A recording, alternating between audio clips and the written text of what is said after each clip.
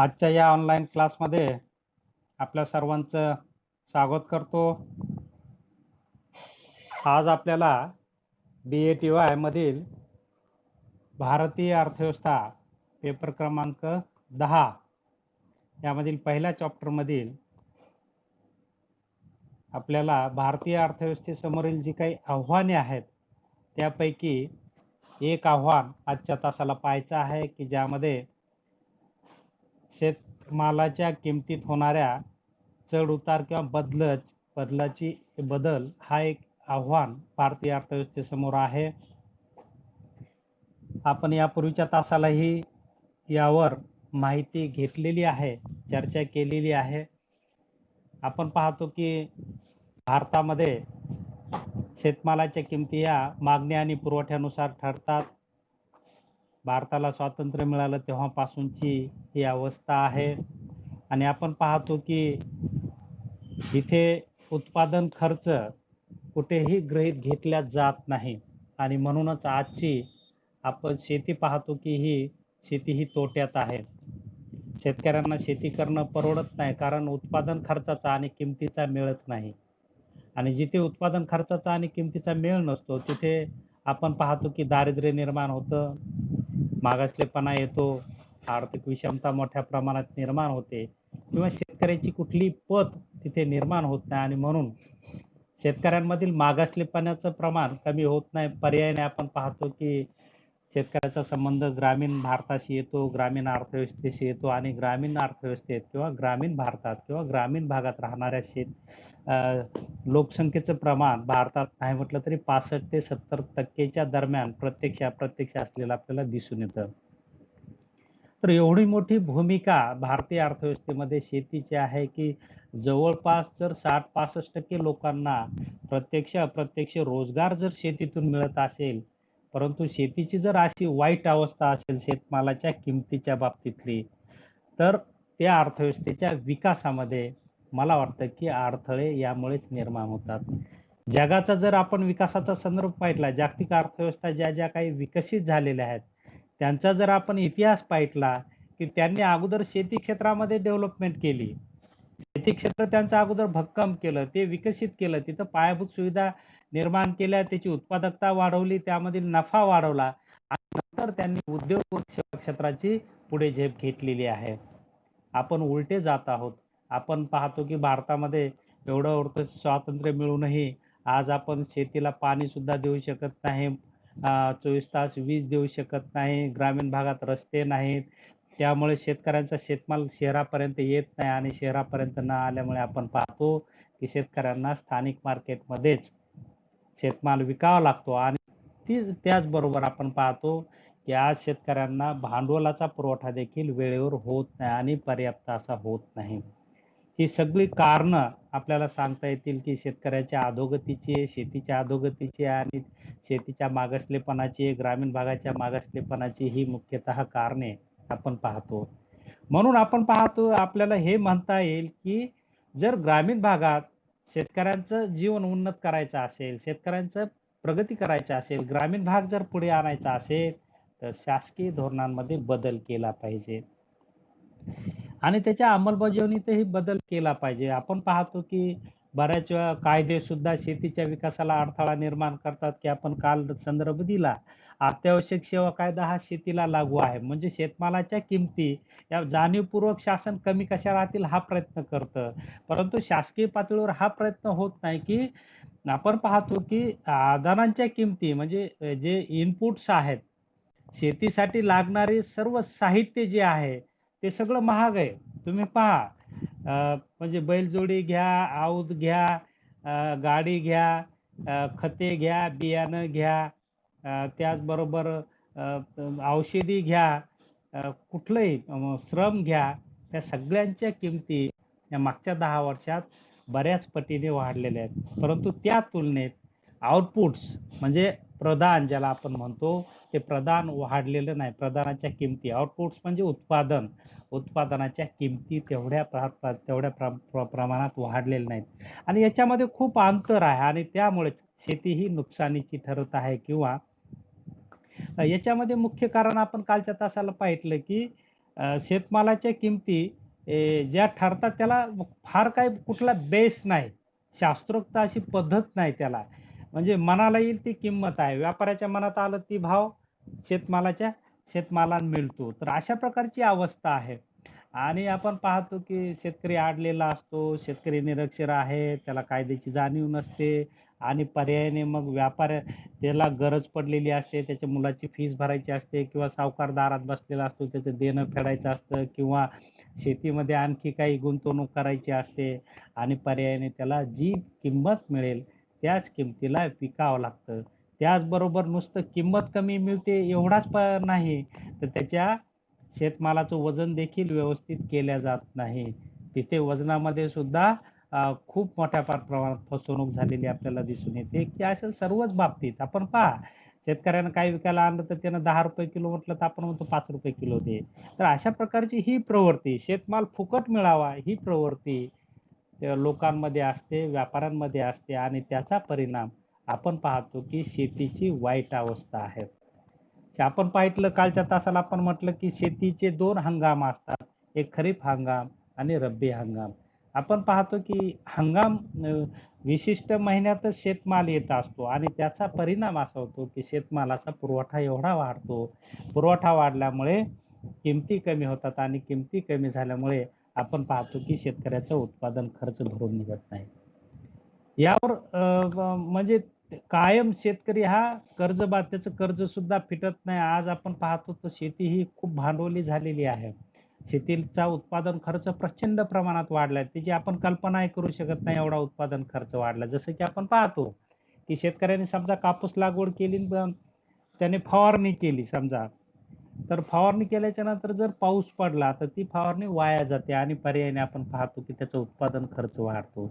त्याचबरोबर त्याला वेळेवर खते भेटत नाही, बियाणातील भेसळ, खतातील भेसळ, औषधातील भेसळ. आपण पाहतो की मार्केटमध्ये डुप्लिकेट कंपन्या भरपूर येतात.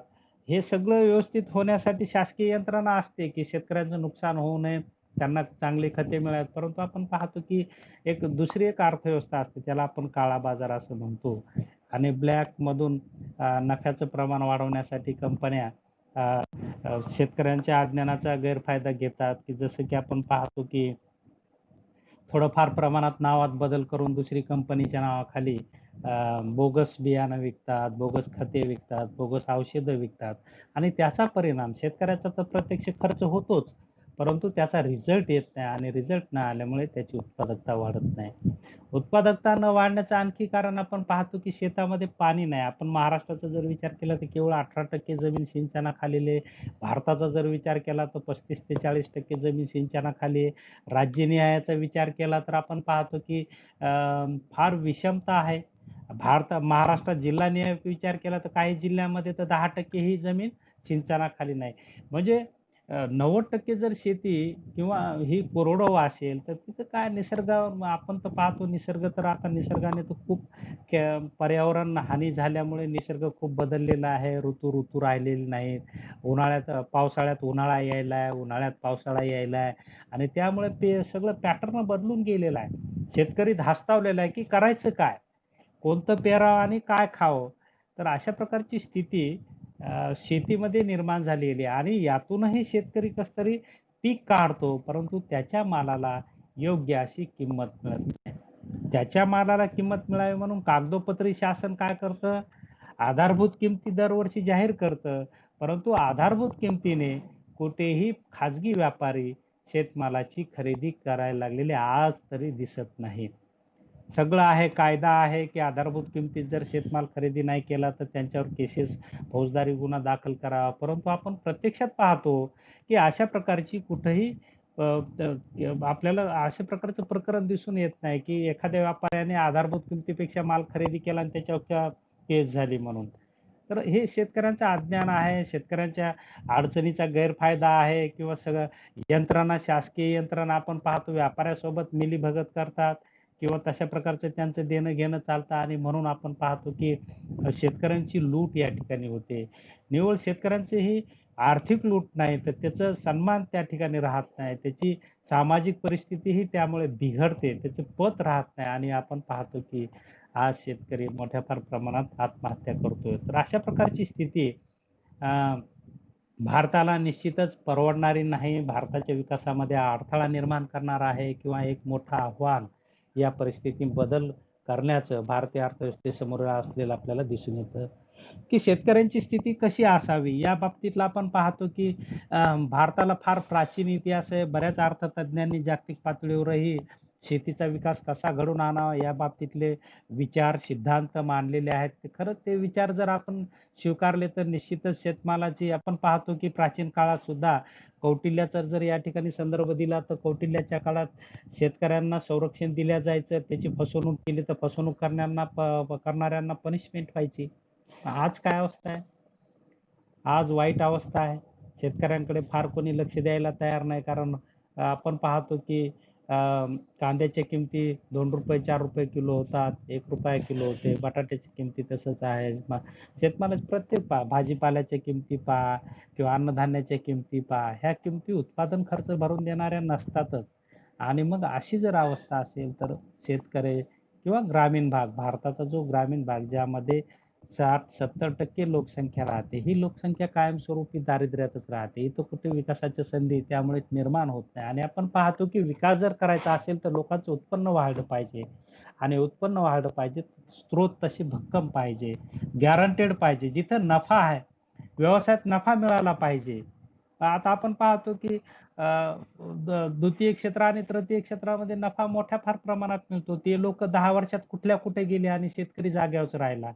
आज तुम्ही जर सर्वे केला, 10 वर्षापूर्वी एखाद्यानं व्यापार सुरू केला तर तो त्या व्यक्तीची प्रगती पहा आणि एखादा शेतकरी 10 वर्षापासून शेती करत असेल तर त्याची प्रगती पहा. सगळा विरोधाभास दिसेल. शेतकरी उलट मायनस झालेला दिसेल आणि व्यापारी प्रचंड प्रमाणात पुढे गेलेला तुम्हाला दिसेल. तर हा विरोधाभास कशामुळे आहे? की शेतमालाच्या किमती त्याला नफा देणाऱ्या नाहीत. मग यावर एक उपाययोजना म्हणून आपण पाहतो की स्वामीनाथन आयोगाची नियुक्ती केली होती की किंमत धोरण कसं आखावं, शेतमाल किंमत धोरण. या अनुषंगाने आपण पाहतो की त्यांनी एक शिफारस केली होती की शेतमालाच्या किमती ह्या मागणी आणि पुरवठ्यानुसार ठरवू नयेत. तर त्या किमती कशा ठरल्या पाहिजे? उत्पादन खर्चानुसार ठरल्या पाहिजे आणि त्याचबरोबर उत्पादन खर्च आणि 50% नफा मिळवून देणाऱ्या किमती असल्या पाहिजे. परंतु शासनाने आणखी काही या शिफारसी स्वीकारल्या नाही आणि पर्यायाने आजही आपण पाहतो की ग्रामीण भागात शेतकऱ्यांची वाईट अवस्था आहे. त्यांची पिळवणूक आजही मोठ्या फार प्रमाणात होते आहे. आपण पाहतो की सरकारी यंत्रणा खरेदी विक्रीची काही प्रमाणात असलेली दिसून येते. परंतु आपण पाहतो की शेतकऱ्यांचा शेतमाल विक्री झाल्याच्या नंतर सरकारी यंत्रणा नंतर त्यांची खरेदी केंद्र सुरू करते आणि पर्यायाने तोपर्यंत खाजगी व्यापारी सगळा शेतकऱ्यांचा माल कमी किमतीमध्ये खरेदी करतात आणि हेच व्यापारी पुन्हा शासनाला जास्त किमतीने शेतमाल विकतात आणि नफा मिळवतात. अशा प्रकारची चुकीची पद्धत भारतामध्ये आहे. म्हणून शेतकऱ्याचा जर किंवा शेतीचा जर आपण किंवा ग्रामीण भागाचा जर विचार करायचा असेल तर या परिस्थितीत बदल झाला पाहिजे. काय बदल झाला पाहिजे? की मग बाजार, शेतमालाचा बाजार हा बदलला पाहिजे. जसं की आपण पाहतो की शेतमालाच्या किमती तुम्ही पहा, असं तुम्ही भाजीपाला मार्केटला भेट द्या. तिथे बोली केल्या जाते की समजा 100 किलो जर एखाद्या शेतकऱ्याने भाजीपाला विक्रीला आणला असेल तर त्याच्या उत्पादन खर्चावर त्याची किंमत नसते. तर त्याची बोली केल्या जाते आणि बोली ही ₹100 पासून केल्या जाते. ₹100 किलो वस्तूची किंमत जर ₹100 पासून बोली होत असेल तर ते ₹1 प्रमाणेच किलो पडतं. आणि हळू-हळू आपण पाहतो हे सगळे व्यापारी संघटित असतात आणि हे कमी किमतीत कसं मिळेल हाच प्रयत्न सगळ्यांचा असतो. आणि मग आपण पाहतो फार तर ती बोली 200-300 पर्यंत जाते आणि तेवढ्यातच मग शेतकऱ्यांना आणण्याचाही खर्च निघत नाही. बऱ्याच वेळा आपण पाहतो की शेतकऱ्याने शेतमाल आपल्या गावापासून शहरापर्यंत आणण्याचा खर्च देखील निघत नाही, तर त्याचा उत्पादन खर्च दूरच आहे. अशा प्रकारची वाईट अवस्था आहे. की रारम बोराडेचा एक चॅप्टर होता पहा मराठीमध्ये की लाल चिखल, नाही यादवांचा. यादव साहित्यिक होते, कथाकार होते आणि त्यांचं आम्ही जेव्हा शिकायला होतो तेव्हा लाल चिखल नावाची कथा, की शेतकरी टोमॅटो मार्केटमध्ये विकायला आणतो आणि जोरजोरानं त्याचा माल कोणी घेतच नाही. कारण आपण पाहतो की भारतीय लोकांना दलालांच्या किंवा मध्यस्थांची सवय लागलेली आहे. डायरेक्ट शेतकऱ्यांचा माल भारतीय लोक घेतच नाहीत, कस्टमर घेत नाहीत. त्याच्याकडे संशयाच्या नजरेने पाहतात किंवा त्यांना सांगितलेल्या किमतीत अर्ध्यातच द्यावा ही त्यांची भावना असते. परंतु व्यापाऱ्याकडून आपण पाहतो त्यानं ₹10 म्हणतात, आपण ₹10 देतो त्याला काढून. त्याच्यामध्ये किंमत घासघीस करत नाही. पण शेतकऱ्यांना ₹10 म्हणतात, आपण ₹5 म्हणतो. हीच अनुभव यादव नावाच्या साहित्यिकांनी, कथाकारांनी त्यांच्या कथेमध्ये लिहिलेले, की एक एक शेतकरी शेतमाल टोमॅटो मार्केटमध्ये विकायला आणतो आणि ओरडून ओरडून लोकांना विनंती करतो, की माझे टोमॅटो तुम्ही ₹5 किलोने घ्या. पण ग्राहक तर ₹5 किलो नाही काका, ते ₹2.5 किलो द्या. मग हा विचार करतो, आता घरी नेऊन तरी खराब होतं, बरं ठीक आहे ₹2.5 घ्या. मग पुन्हा ग्राहक म्हणतो 2.5 नाही, ₹2 द्या. मग तो म्हणतो ₹2 घ्या. पुन्हा ग्राहक म्हणतो ₹2 नाही, ₹1 द्या. पुन्हा तो म्हणतो, की ठीक आहे ₹1 घ्या. असं करून करून त्याला राग येतो या व्यवस्थेचा आणि स्वतःच त्या मालावर तो नाचतो आणि म्हणजे वेड्यासारखं नाचतो, बेभान होतो आणि काय ही व्यवस्था म्हणतो, काय मांडला हा खेळ, की मी कसं जगायचं? हा प्रश्न तो समाजापुढे निर्माण करतो. तर अशा प्रकारची वाईट स्थिती अ, आजही आपणाला ही पाहावयास मिळते. तुम्ही जर सर्व्हे केला, तर हे सत्य आहे आणि हे तुम्हाला कुठेही पाहायला मिळतं. तुम्ही पहा भाजीपाल्याच्या मार्केटमध्ये जा, जिथं शेतमालाची खरेदी विक्री होते, तिथं लिलाव होतात. लिलावामध्ये 2च व्यापारी असतात. ते अगोदरच ठरवून येतात, की या सोयाबीन किती काय किमतीत घ्यायचं, तूर काय किमतीत घ्यायची आणि कापूस काय किमतीत घ्यायचा. त्यानुसार ते किमती ठरवतात आणि त्यानुसार बोली करतात. शेतकऱ्याला त्याच्यामध्ये कुठलाही हस्तक्षेप करता येत नाही. कारण त्याचे अडलेलं असतं. त्याचा माल किती कमी किमतीत मागितला तर त्याला वाटतं बाबा हे आता घरी न्यायला परवडत नाही, ठेवायला परवडत नाही. कारण त्याच्या खिशात पैसा नसतो आणि त्याला ते शहरापर्यंत आणलेल्या माल आणलेला वाहतूक करून त्याचे तेवढे सुद्धा त्याच्याकडे पैसे नसतात आणि ते देण्यासाठी त्याला कुठल्याही परिस्थितीत त्याचा माल विक्री होणं गरजेचं वाटतं आणि मिळेल ती किंमत घेतो आणि रिकाम्या हाताने परत घरी जातो. तर अशा प्रकारची ही वाईट व्यवस्था आपल्या भारतीय अर्थव्यवस्थेमध्ये शेतमाल वस्तूच्या किमतीच्या बाबतीत असलेली आपल्याला दिसून येते. तर यामध्ये काही कारणं दिलेली आहेत, की शेतीचं हंगामी स्वरूप हे आपण पाहिलेलं आहे, की अ, शेतमालाच्या किमतीत होणाऱ्या चढ-उताराची किंवा बदलाची ही कारणे आहेत. शेती व्यवसायाचं स्वरूप हंगामी आहे. आपण पाहिलं, की हंगाम 2 प्रकारचे रब्बी आणि खरीप हंगाम असतात आणि आपण पाहतो, की त्याच हंगामामध्ये शेतमालाचा पुरवठा जास्त येतो आणि पुरवठा आल्यामुळे आपण पाहतो, की किमती कमी होतात आणि किमती कमी झाल्या, एवढ्या किमती कमी होतात, की शेतकऱ्यांना नफा त्यातून मिळत नाही. झालं तर नुकसानच होतं आणि पर्यायाने आपण पाहतो, की पुन्हा दुसरं पीक घेण्यासाठी त्याच्याकडे काही शिल्लक राहत नाही आणि पर्यायाने आपण पाहतो, की मग त्याला सावकाराच्या दारात जावं लागतं आणि कायमस्वरूपी शेतकरी हा त्यामुळेच कर्जबाजारी राहतो. म्हणूनच एका कथाकारांनी म्हटलेलं आहे, की शेतकरी हा कर्जातच जन्मतो, कर्जातच वावरतो आणि कर्जातच मरतो. ही त्याची अवस्था, ही सामाजिक परिस्थिती ही बदलली पाहिजे. शेतकऱ्याकडे पाहण्याचा दृष्टिकोन बदलला पाहिजे. तर त्याचंही पोट आहे, त्यालाही जगण्याचा अधिकार आहे, ही भावना लोकांमध्ये निर्माण झाली पाहिजे, की त्यालाही 2 पैसे उरतील अशी आपण किंमत त्याला दिली पाहिजे. ही भावना जोपर्यंत निर्माण होत नाही, तोपर्यंत ग्रामीण भागाचा विकास होत नाही असं आपल्याला म्हणता येईल. त्यानंतर मान्सूनवर अवलंबित्व शेतीचं असलेलं आपल्याला दिसून येतं. आपण पाहिलं की भारतामध्ये साधारणपणे 35 ते 40% जमीन ही सिंचनाखाली आहे. 60% जमीन ही कोरडवाहू आहे. महाराष्ट्राचा जर विचार केला तर केवळ 18% सिंचन आहे. म्हणजे 80% शेती ही कोरडवाहू आहे. मग कोरडवाहूचं आपण पाहतो पाणी प्यायलाच जिथे लोकांना नाही तर तिथे शेतीला कुठून आलं? जे शेतीसाठी धरणं बांधली होती ती आता उद्योगासाठी वापरायला लागलेले आहेत. म्हणजे शेतीकडे कोणीच लक्ष देईना आणि शेतीत जर पाणी नाही तर शेती हा निसर्गाचा जुगार असतो. आपण पाहतो की बऱ्याच शेतकऱ्यांना आता एवढा खर्च करायचा आणि एका पाण्यासाठी पीक जातं. मग त्याला कुठे नुकसान भरपाई मिळते? आपण पाहतो की विमा कंपन्या आता आलेल्या आहेत, परंतु विम्यामध्ये प्रामाणिक विमा मिळत नाही शेतकऱ्यांना. आज आपण पाहतो की शेतकऱ्यांचं नुकसान झालेलं कितीतरी पटीनं असताना विमा काय मिळतो? भांडून आपण पाहतो 1000-2000 रुपये त्याच्या खात्यामध्ये टाकले जातात. या व्यतिरिक्त काय होत नाही. 2000 तर त्याला नुसत्या चक्रालाही पुरत नाहीत. त्याचा एवढा खर्च झालेला असतो. आज आपण पाहतो 1 एकर जर जमीन करायची असेल तर साधारणपणे किती साधारण शेती करू द्या, ₹25,000 खर्च येतो उत्पादन खर्च. आणि 2 हेक्टरचा विमा किती दिला जातो? 2,000 आणि 3,000. मग तुम्ही सांगा, की शेतकरी कसा पुढे येईल? तर ही व्यवस्था चुकीची आहे. विमा त्याचं नुकसान उत्पादन खर्च भरून निघाला पाहिजे. अशा प्रकारची विम्याची रक्कम पाहिजे.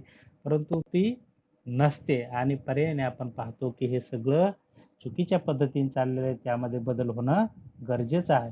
त्यानंतर प्रतिकूल परिस्थिती. आपण पाहतो, की निसर्ग बदललेला आहे, ऋतू बदललेले आहेत. आपण पाहतो, की जर पेरणी जर अ, जूनच्या दुसऱ्या आठवड्यात झाली तर शेतीची उत्पादकता चांगली वाढते. परंतु पाऊस पडल्याशिवाय पेरणी होत नाही भारतामध्ये. निसर्गावरच अवलंबून शेती आहे. सिंचन म्हणजे जिथं प्यायचेच पाण्याचे प्रश्न आहेत, तिथे आज काय अवस्था आहे शेतीची? शेती ही कंप्लीट कोरडवाहू झालेली आहे, निसर्गावर अवलंबून आहे. जिथे पाऊस पडला तर 8 दिवसात सगळ्या वर्षाचा पाऊस पडतो आहे. नाही तेव्हा नाही पडला तर खूपच पडतो. मग पेरलेलंही त्यामध्ये वाहून जातं नदीला पाणी येऊन. अशा प्रकारची वाईट स्थिती हवामानाच्या बाबतीत, पर्यावरणाच्या बाबतीत, निसर्गाच्या बाबतीत आपण पाहतोय, की मोठ्या फार प्रमाणात आज हवामानही बदललेलं आहे. हवामानामध्ये आपण पाहतो, की पहिल्यासारखं शुद्ध हवामान राहिलेलं नाही. पिकाला शुद्ध हवामान लागतं. मोठ्या फार प्रमाणात किडीचा प्रादुर्भाव झाला तर शेतकऱ्यांचा उत्पादन खर्च वाढतो. जास्त फवारण्या कराव्या लागतात. कीटकनाशकांचा वापर वाढवावा लागतो आणि काही-काही वेळा तर अशी अवस्था येते, की कीटकनाशकांचा वापर करूनही कीड जात नाही आणि पर्यायाने उत्पादन होत नाही आणि म्हणून शेतकरी खूप अडचणीत येतो. अशा खूप आपण पाहतो, की शेतीमध्ये एवढ्या समस्या आहेत, की भारताची लोकसंख्या वाढल्यामुळे पर्यावरण बदललेलं आहे. पर्यावरणाची आपण पाहतो उद्योजकाकडून मोठ्या फार प्रमाणात पर्यावरणाची हानी केल्या जाते, प्रदूषण केलं जातं, नद्यांमध्ये प्रदूषित पाणी सोडलं जातं. त्यामधून शेतकऱ्यांचेही आरोग्याचे प्रश्न निर्माण होतात आणि शेतीच्याही आरोग्याचे प्रश्न होतात. आपण पाहतो की बऱ्याच भागामध्ये सगळं जमिनीतलं जे पाणी आहे त्याच्यामध्ये केमिकल्स यायला लागलेले आहेत. ही वाईट अवस्था आज भारतामध्ये निर्माण झालेली आहे आणि त्याचा परिणाम शेतीच्या उत्पादन आणि उत्पादकतेवर झालेला आपल्याला दिसून येतो. उत्पादन आणि उत्पादकता घटली की शेतकरी अडचणीत येतो असं आपल्याला म्हणता येईल. त्याचबरोबर दुष्काळाचंही प्रमाण खूप वाढलेलं आहे.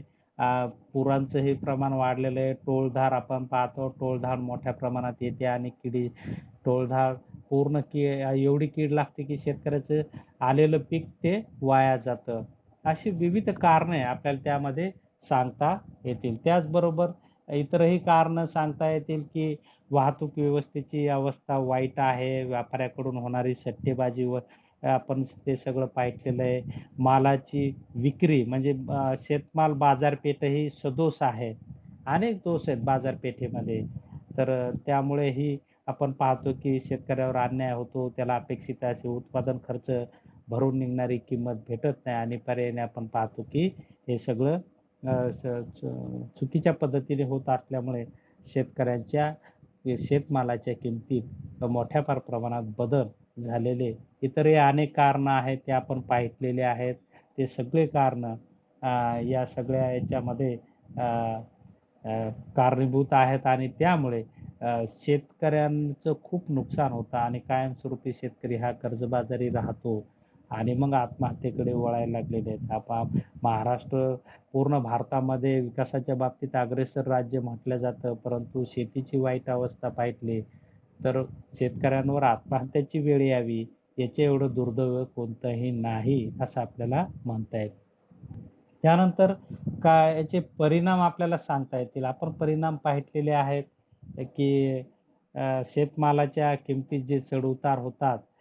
आपण पाहतो की शेतकऱ्यांच्या याच्यावर पूर्ण प्रतिकूल परिणाम झालेला आपल्याला दिसून येतो. शेतकऱ्याला नफा मिळत नाही आणि नफा मिळाल्यामुळे शेतकरी कायम आपण पाहतो की कर्जबाजारी राहतो. त्याचं देणं तसंच राहतं आणि मग देणं झालं की तो मानसिकदृष्ट्या खच्चीकरण होतं आणि मानसिकदृष्ट्या खच्चीकरण त्याचं झालं की आत्महत्या करतो किंवा शेतकऱ्यांच्या कुटुंबाची वाताहत होते असं आपल्याला दिसून येतं.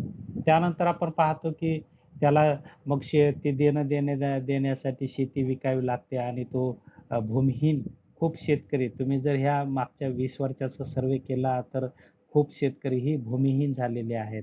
तर ही सगळी कारणं त्याला जबाबदार आहेत, भूमिहीन शेतकरी होण्याची. आपण पाहतो की पहिलं एक काळ असा होता की शेतकऱ्याला व्यापारी, आडते उधार माल द्यायचे, परंतु आता उधारी राहिलेली नाही.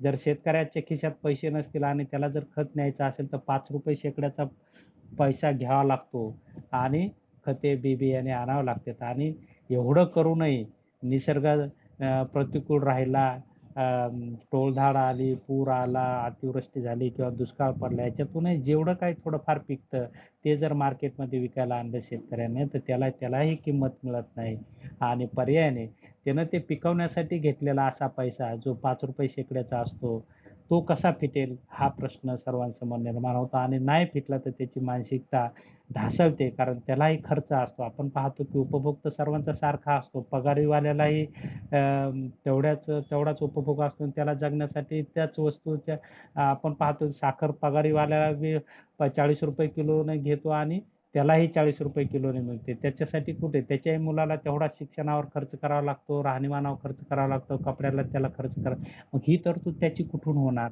आणि मग होत नसेल तर मानसिकदृष्ट्या त्याचं खच्चीकरण होतं आणि पर्यायाने आपण पाहतो की आज मोठ्या फार प्रमाणात शेतकरी आत्महत्या करत आहेत. त्याचबरोबर शेतमालाच्या किमतीत होणाऱ्या मोठ्या बदलामुळे शेती व्यवसायातील गुंतवणुकीवर परिणाम व आधुनिकीकरणावर परिणाम झालेला आपल्याला दिसून येतो. त्याचबरोबर ताग, कापूस यासारख्या रोख पिकाच्या किमतीत होणाऱ्या बदलामुळे ताग, कापूस यापासून बनणाऱ्या पक्क्या वस्तूंच्या किमतीत चढ-उतार घडून येतात आणि त्यामुळे कारखानदारी क्षेत्रातील देखील गुंतवणूक अडचणीत येते. त्यानंतरचा परिणाम सांगता येईल शेतमालाच्या किमतीत होणाऱ्या बदलाचा परिणाम देशाच्या सर्वसाधारण किंमत पातळीवर होतो. सर्वसाधारण किंमत पातळीतही चढ-उतार होऊ लागतात. सर्वसाधारण किमती, वस्तूच्या किमती सारख्याच चढ-उतार होऊ लागल्या तर त्याचा परिणाम सामाजिक वेगवेगळ्या स्तरावर झालेला आपल्याला दिसून येतो. त्याचबरोबरचा दुसरा परिणाम आपल्याला सांगता येईल शेतमालाच्या किमतीत जेव्हा मोठ्या फार प्रमाणात बदल होतात, तेव्हा देशाच्या आर्थिक विकासावर विपरीत परिणाम होतात. तर शेतमालाच्या किमतीत जे चढ-उतार होतात, तर ही सगळी त्याला कारणे आणि त्याचे परिणाम असलेले आपल्याला दिसून येतात. तर या ऑनलाईन क्लासमध्ये आपण सर्वजण उपस्थित राहिलात त्याबद्दल आपले आभार व्यक्त करतो आणि या ठिकाणी थांबतो. धन्यवाद.